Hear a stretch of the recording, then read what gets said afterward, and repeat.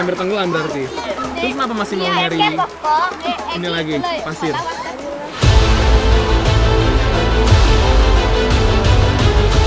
Jadi untuk menuhin satu karung butuh sekitar 3-10 takin. Dan satu karung harganya hanya Rp6.000 saja.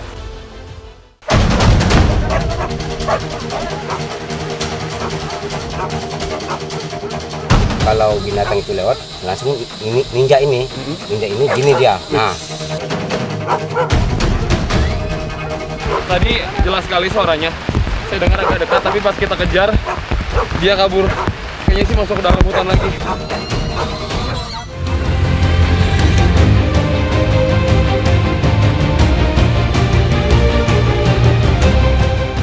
Bu, ini bisa dilintas, Bu? Yang bisa ya? Jadi pemirsa, warga kalau ngejual karet ini harus melintas di Sungai Mas ini. Dan jadi yang bikin susah tuh harus cepat-cepat sampai ke seberang. Kalau nggak khawatir terbawa oleh arus sungai ini cukup deras pada saat ini nih.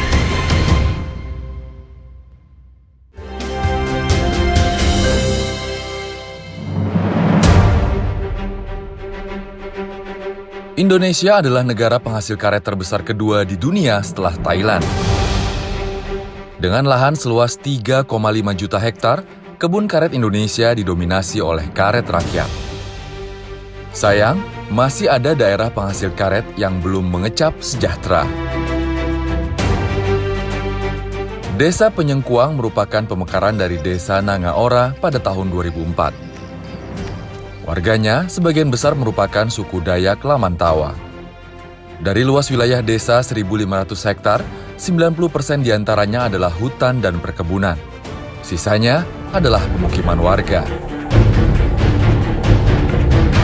Selain hasil kebun dan hutan, warga desa Penyengkuang biasanya mencukupi kebutuhan sehari-hari dengan berburu.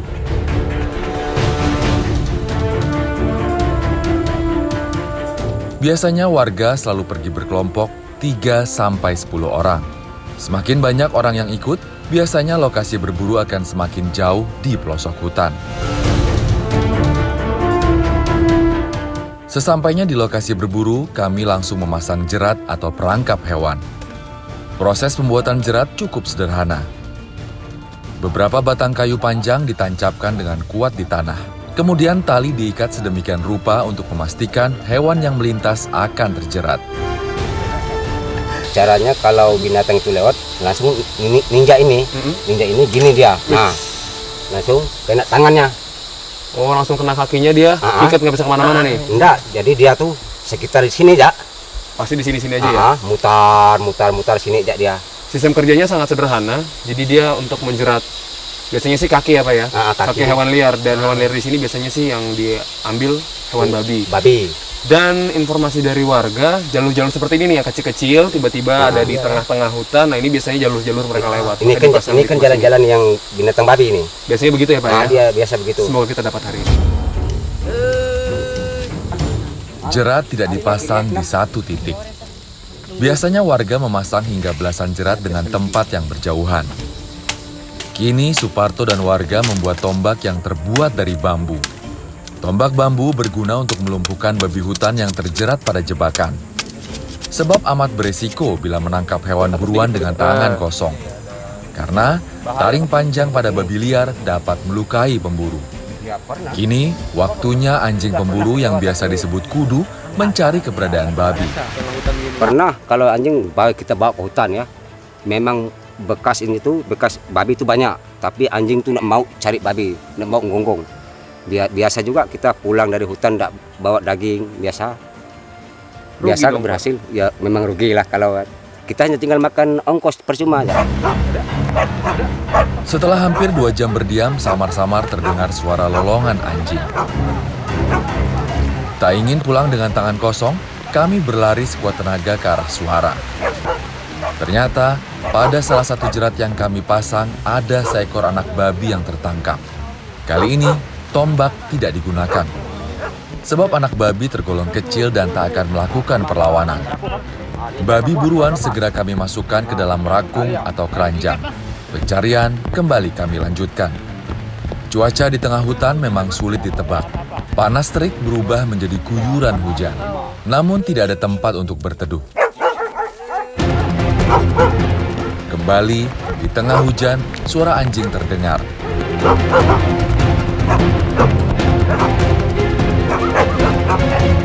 Hampir 15 menit kami berputar-putar di sekitar suara. Guyuran hujan begitu menyulitkan pandangan. Akhirnya, kami memutuskan berpencar untuk mencari hewan buruan yang sempat terlihat. Namun, nampaknya babi buruan terlepas. Di bawah tadi jelas sekali suaranya. Saya dengar agak dekat, tapi pas kita kejar, dia kabur. Kayaknya sih masuk ke dalam hutan lagi.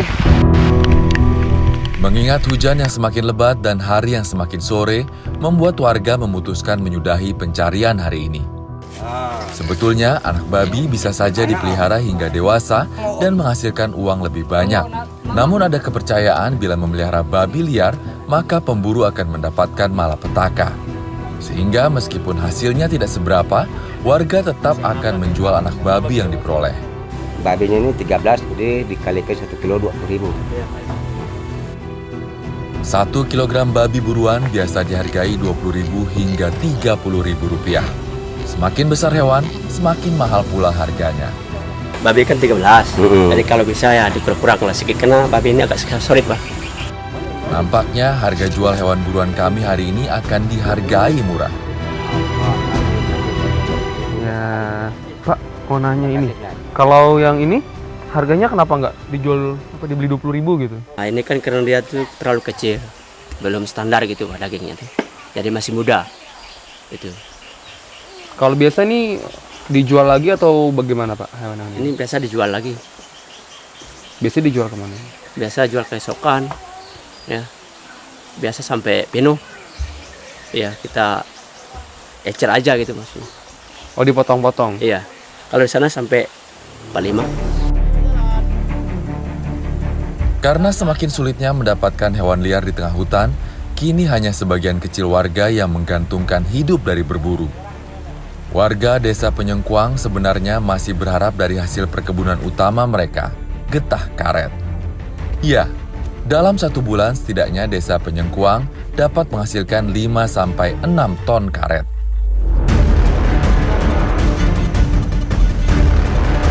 Sama seperti warga Penyengkuang lain, Linson menggantungkan hidup dari hasil getah karet. Sejak tahun 1950-an, karet memang telah menjadi mata pencarian utama warga. Menuju pohon karet milik Linson bukan perkara mudah. Jarak kebun ternyata cukup jauh, sekitar 4 km dari rumah dengan melintas beberapa anak sungai Pinu. Untuk mengambil karet, warga biasa menggunakan batang bambu yang biasa disebut dengan tutung. Bila karet sulit diambil dan tidak bisa dikeluarkan, wadah akan dibelah. Usai memanen karet, kami harus membuat tutung baru.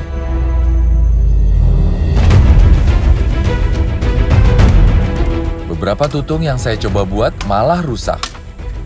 Bila bambu retak, maka getah karet akan merembes dan terbuang percuma. Warga Penyengkuang biasa memanen karet sekali dalam sepekan, bergantung pada cuaca. Musim kemarau menjadi waktu terbaik untuk mengambil getah karet. Sebab semakin kering kulit kayu, maka getah akan semakin banyak dihasilkan. Sebetulnya pemirsa Indonesiaku tidak butuh keahlian khusus untuk menduri ataupun mengambil getah karet ini. Tapi harus amat hati-hati karena kalau terlalu dalam melukai pohonnya dan terkena batang, ini dalam hitungan bulan akan mati. Padahal masa produktifnya bisa sampai umur 25 tahun. Matahari semakin meninggi. Kami memutuskan untuk beristirahat dan makan siang. Menu makan siang kami adalah pucuk daun karet. Bagi beberapa warga Penyengkuang, daun karet menjadi salah satu lauk utama. Dengan cekatan, Linson memanjat dahan pohon karet di ketinggian 10 meter. Satu persatu pucuk daun dikumpulkan ke dalam keranjang.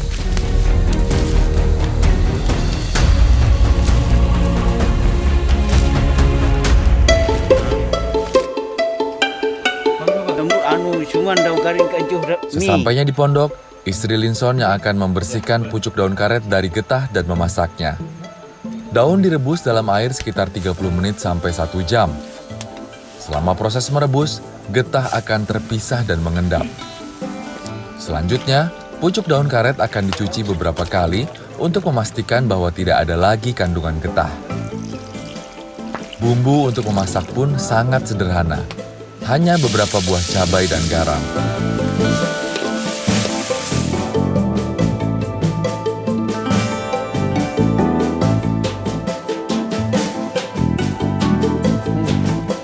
Udah nggak ada rasa getahnya, Pak ya? Rasanya tuh sedikit banyak mirip sama rasa daun singkong, tapi ini sangat berbeda dibandingkan ketika tadi diambil masih banyak sekali getahnya, tapi ini sudah tidak ada lagi getah sama sekali.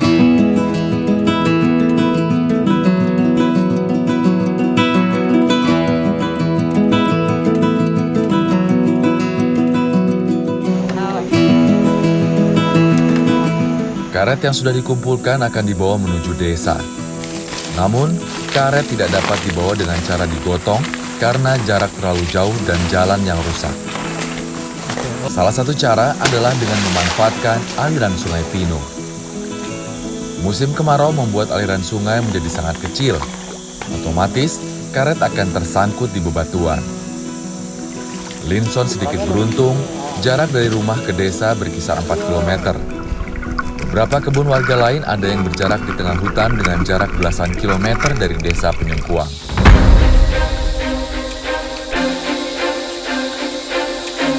Satu jam lebih membawa getah karet di aliran sungai membuat Linson mulai kelelahan. Kami silih berganti menarik karet di bagian air yang dangkal.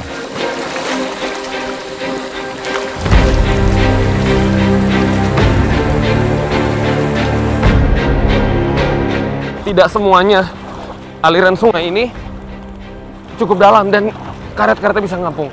Kalau bagian dangkal, memang harus tarik-menarik. 2 karung ini beratnya sekitar 100 kg. Tapi karena getahnya jadi semakin basah, jadi semakin berat kita menarik.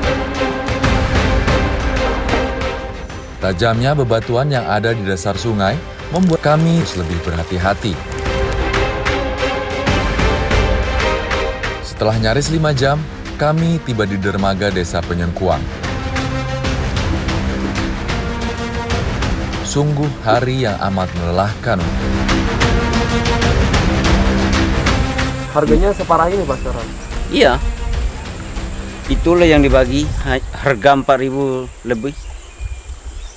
Untuk ongkos hari-hari, untuk beli makanan, beli beras, gula, kopi, ongkos anak.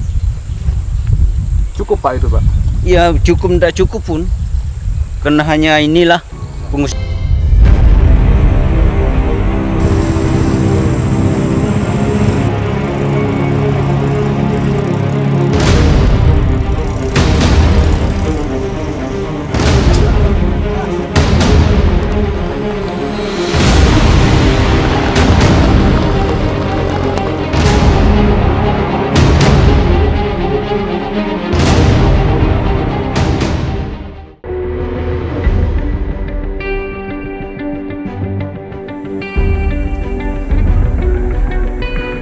Tersiar kabar bahwa ada warga di perbatasan yang tidak merasakan dampak dari indah dan megahnya pos lintas batas negara Indonesia di Kalimantan.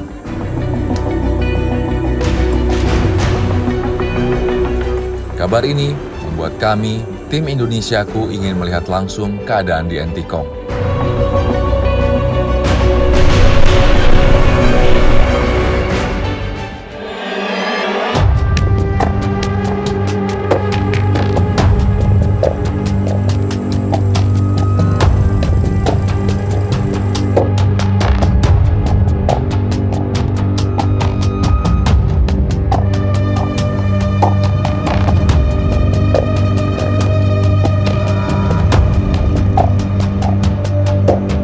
Tanjakan di jalan tanah sungguh menyulitkan kendaraan yang melintas. Apalagi tanah masih dalam kondisi basah.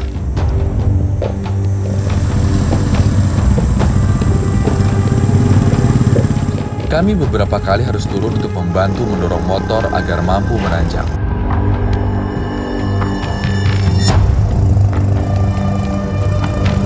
Setelah lebih dari 3 jam perjalanan, kami pun tiba di tanjakan terakhir sebelum masuk ke Dusun Pool. Tanjakan dengan kemiringan hampir 40 derajat ini adalah satu-satunya akses penghubung untuk keluar maupun masuk ke Dusun Pool dari pusat desa Suruh Tembawang. Tidak mudah berkendara di jalur tanah yang licin seperti ini. Pengendara tak jarang terjatuh akibat medan yang menanjak. Baru menaiki tanjakan pertama, bagian depan motor yang saya tumpangi tiba-tiba naik.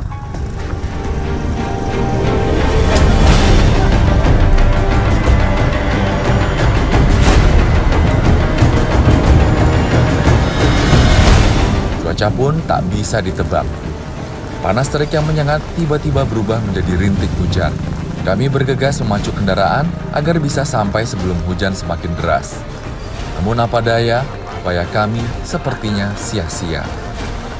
Hujan pun turun dengan hebatnya.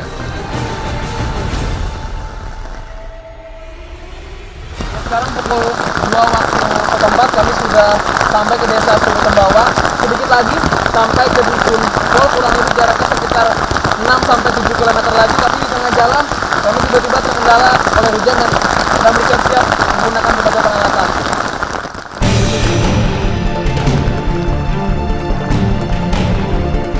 Hujan yang turun membuat perjalanan terasa semakin berat. Rongga jalan biasanya membantu motor melintas. Namun ketika hujan, berubah seperti aliran sungai kecil. Air yang mengalir dengan lumpur membuat motor sama sekali tak mampu menanjak.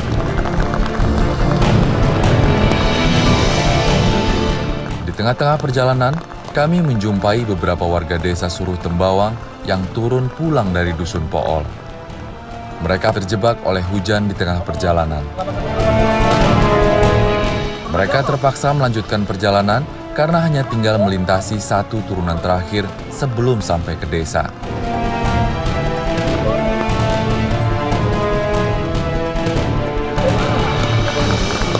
Setelah membantu warga untuk turun, kami pun berupaya melanjutkan perjalanan. Secara bersama-sama, kami mendorong motor agar mampu menanjak. Gas motor pun dipacu maksimal, namun tetap tak bisa melaju.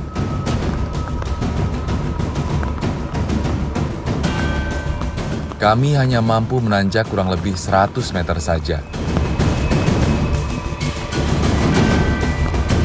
Kami pun bergegas membongkar barang bawaan kami untuk dibawa menuju dusun. Sementara motor kami tinggal di tengah perjalanan.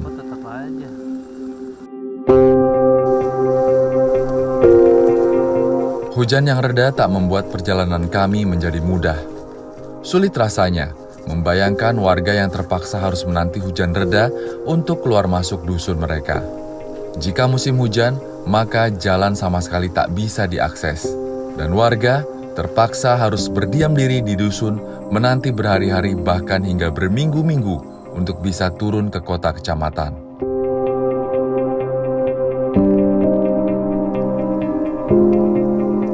Dan akhirnya, kami pun tiba di Dusun Pool ketika matahari nyaris tenggelam.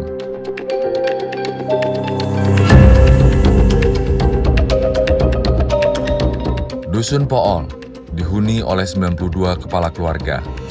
Jumlah total warganya lebih dari 400 orang.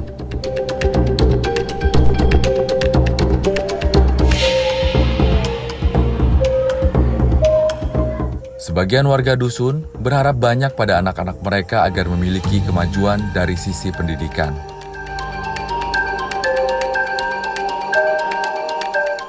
Mereka berharap ketika dewasa, anak-anak dapat berkontribusi untuk pembangunan dusun mereka. Keinginan untuk menempuh pendidikan tergambar dari anak didik di Dusun Pool.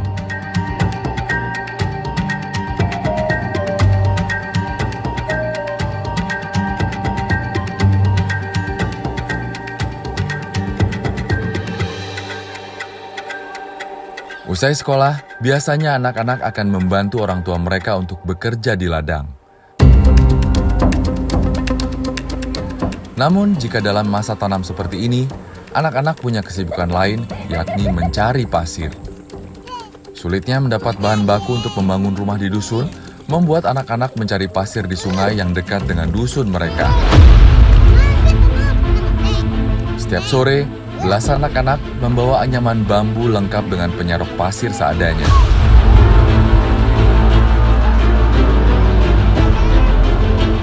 Dengan cekatan, kaki mungil mereka menaiki undakan bebatuan di tebing Sungai Awe sembari membawa pasir di atas kepala.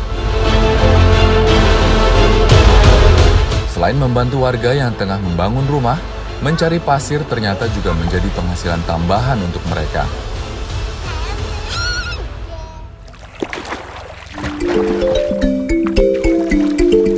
Bagi anak-anak, mencari pasir di sungai sama dengan bermain. Wajar saja, selepas mencari pasir, anak-anak akan langsung berenang di Sungai Awe. Namun, tak selamanya air sungai tenang seperti saat ini. Beberapa kali, bahaya juga mengintai mereka. Pernah keseret gak sih sampai bawa sungai pas lagi deras? Kalau ML ke depan kamu. Apa? Nih. Pernah? Ke depan kamu. Ada Terus waktu itu kuat gimana? sama Mayo. Waktu keseret? Ada yang bantu atau usaha sendiri? Ada yang bantu? Pernah hampir tenggelam berarti? Terus kenapa masih mau nyari ini lagi, pasir? Apa? Cari uang? Nenek. Untuk cari tempat orang tua? Jika tengah mujur dalam sehari, satu orang anak bisa mendapat uang 10 hingga 20 ribu rupiah. Tetapi untuk mendapat sekarung pasir, kondisinya cukup sulit.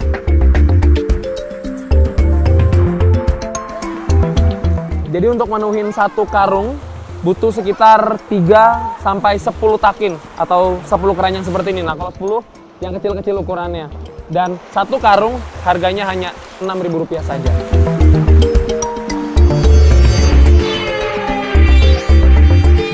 Bagi mereka yang sudah biasa, naik turun tebing ini tentu bukanlah masalah. Saya amat berhati-hati dalam memilih setiap pijakan karena selain tak terbiasa, kondisi tebing sangat licin dan berlumut. Salah pijak bisa terperosok ke pinggir sungai. Menjelang matahari terbenam, salah seorang warga desa yang tengah membangun rumah membelinya dari anak-anak ini.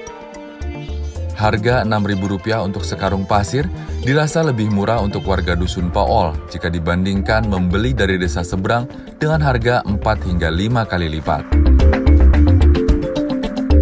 Hari ini, anak-anak berhasil mengumpulkan 12 karung dan dibeli seharga Rp72.000. Ini berarti satu orang anak mendapat sekitar Rp5.000. Meski jumlahnya kecil, namun uang ini dirasa cukup untuk mereka berikan pada keluarga yang menanti di rumah hari ini.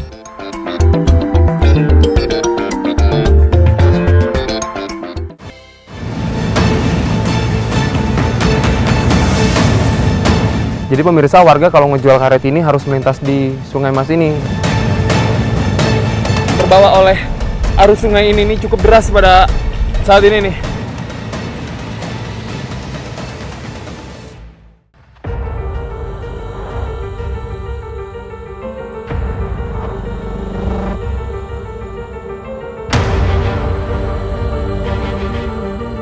Kebutuhan warga Sungai Mas akan jembatan terlihat nyata di Desa Siput.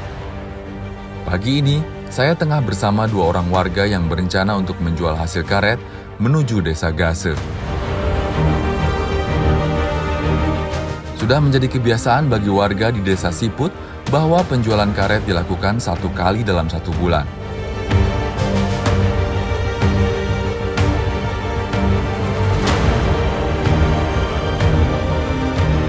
Usai menderes dan mengumpulkan seluruh getah karet, kami bergegas mengangkutnya ke Desa Gase, tempat Tengkulak membeli getah karet.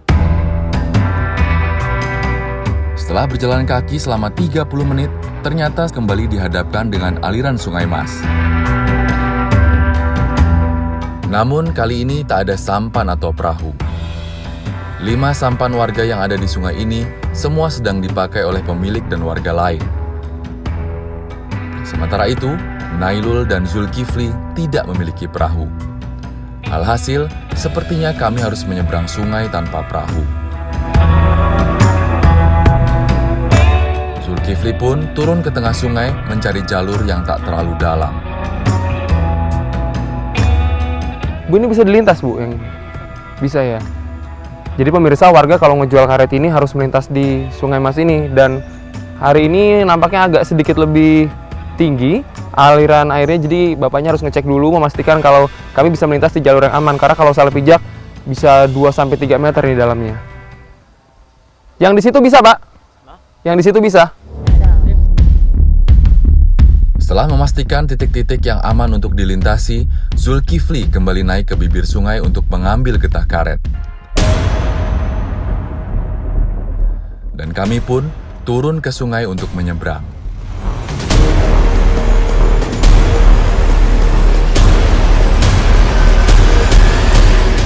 Ada rasa khawatir saat pertama kali turun ke sungai.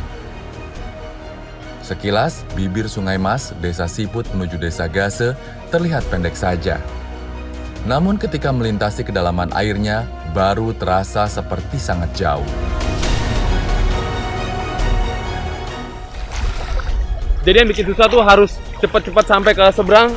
Kalau nggak, khawatir bahwa yang bawa barangnya juga akan terbawa oleh arus sungai ini. Nih cukup deras pada saat ini nih. Dan nggak kebayang gimana jadi warga setiap hari harus melintas sungai bertaruh nyawa hanya untuk mencari uang. Dikit lagi, Pak.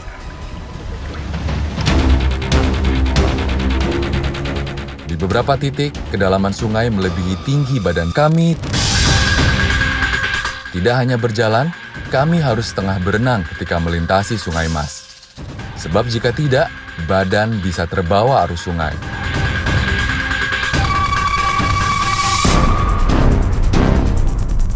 Bukan perkara mudah bagi saya untuk melintas sungai dengan jarak mencapai 100 meter. Beruntung barang yang saat ini saya bawa adalah karet yang tidak tenggelam di dalam air.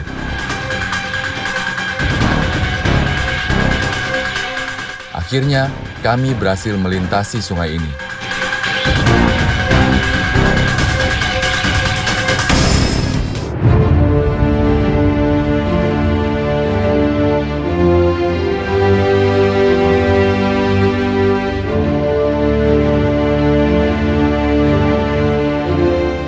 Kalau orang Siput, kalau musim-musim hujan kayak gini, air banjir, kadang-kadang hampir-hampir meninggal dia, orang tuh yang bawa ke sini.